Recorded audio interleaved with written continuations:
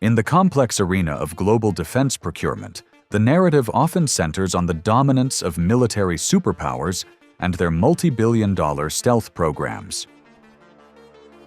However, a significant shift in the mid-2020s has highlighted a different reality: the necessity of pragmatism over prestige. At the heart of this shift is the Embraer A-29 Super Tucano, a turboprop light attack aircraft that has challenged the traditional hegemony of the United States defense industry. The fact that the United States Air Force, backed by the largest military budget in history, found it necessary to acquire and utilize a Brazilian-designed aircraft serves as a profound case study in modern asymmetric warfare and economic efficiency. The genesis of the A-29 Super Tucano can be traced back to the specific requirements of the Brazilian Air Force for a platform capable of patrolling the vast and unforgiving terrain of the Amazon basin. Developed from the earlier EMB 312 Tucano, the Super Tucano was engineered to operate in high temperatures and humidity, casting a long shadow over more delicate jet-powered alternatives. By the year 2026, the platform has surpassed 600,000 total flight hours globally, with a staggering 60,000 hours logged in active combat environments. This extensive operational history provided the foundation for its eventual entry into the United States inventory, a move that was initially met with significant political and industrial resistance within the North American country. The primary driver for the United States' interest in the A-29 was the staggering disparity in operational costs. In the early 2020s, military analysts noted that using high-performance fighter jets like the F-15E Strike Eagle or the F-35 Lightning II to perform counter-insurgency missions was financially unsustainable.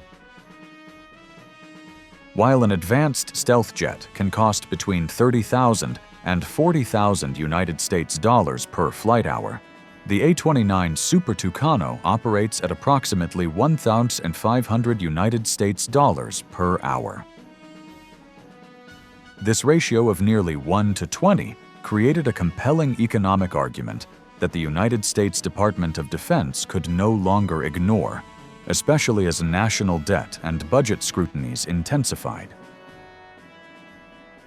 The path to the United States Air Force was not without friction.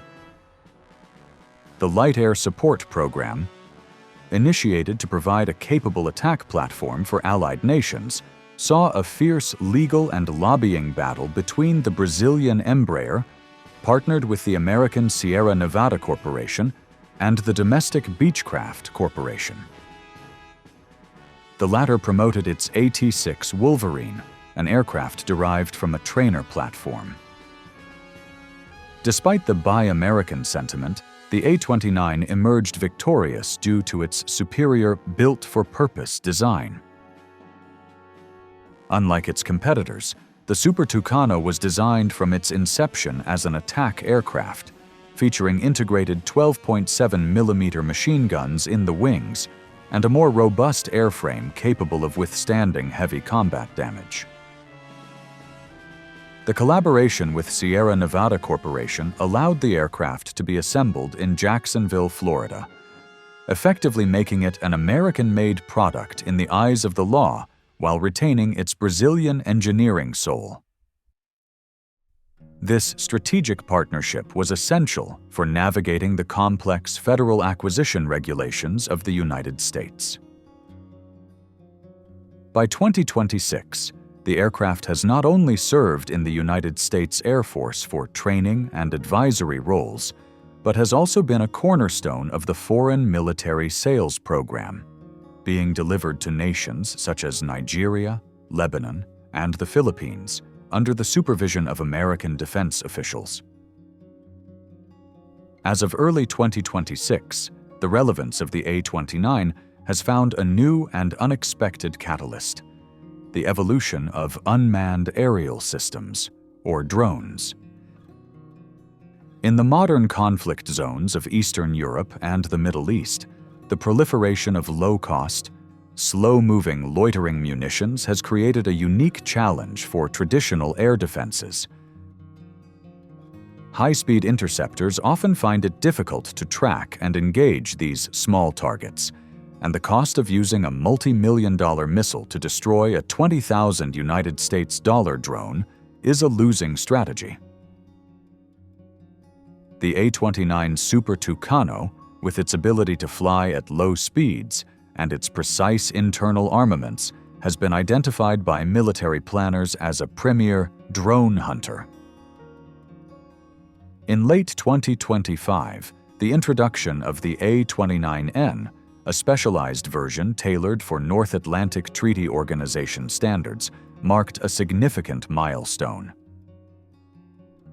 This variant includes advanced data links such as Link 16 and a digitized cockpit designed for interoperability with the most sophisticated air forces in the world.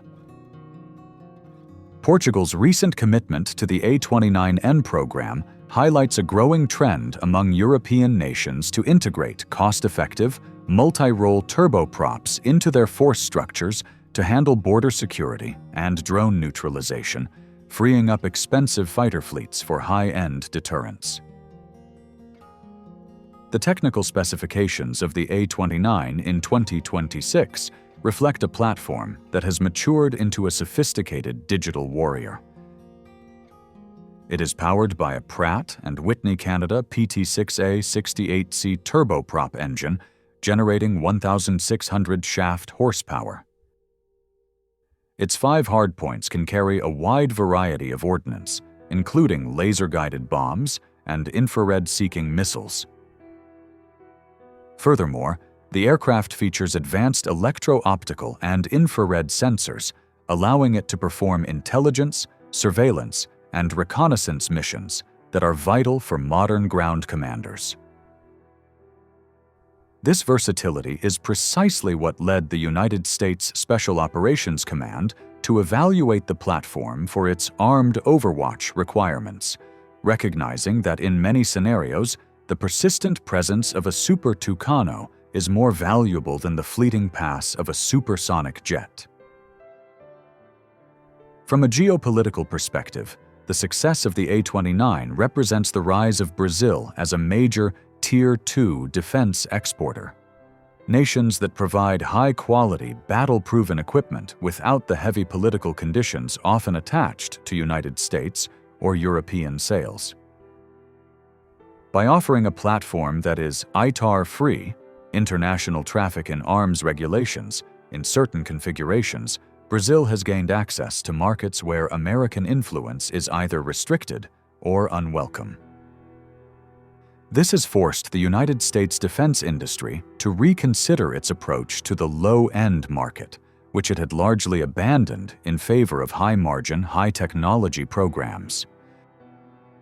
Critics of the program in the United States often point to the vulnerability of turboprops in contested airspaces where advanced surface-to-air missiles are present. However, defense analysts argue that the A-29 was never intended to replace the F-35 in a conflict against a peer adversary. Instead, its role is to dominate the permissive environment, which constitutes a vast majority of global military operations involving counter-terrorism, anti-narcotics, and maritime patrol. In these theaters, the A-29's ability to remain over a target for hours, a capability known as loiter time, is its greatest asset, providing ground troops with a psychological and physical shield that no other platform can offer at a comparable price point. In summary, the narrative of the Embraer A-29 Super Tucano in the United States is one of technical validation and strategic necessity. It serves as a reminder that in the theater of war, the most advanced technology is not always the most effective. The Brazilian defense industry has succeeded in creating a global standard for light attack aviation by focusing on the fundamentals: reliability, affordability, and combat effectiveness. As the world moves further into 2026, the sight of a Brazilian-designed aircraft flying with the markings of the most powerful air forces in the world is no longer an anomaly, but a testament to the fact that innovation and excellence are not the exclusive domains of the traditional superpowers. The A-29 has not only defended the borders of South America, but has also secured its place as an indispensable tool in the global fight against unconventional threats, proving that sometimes the most sophisticated answer is a return to the basics.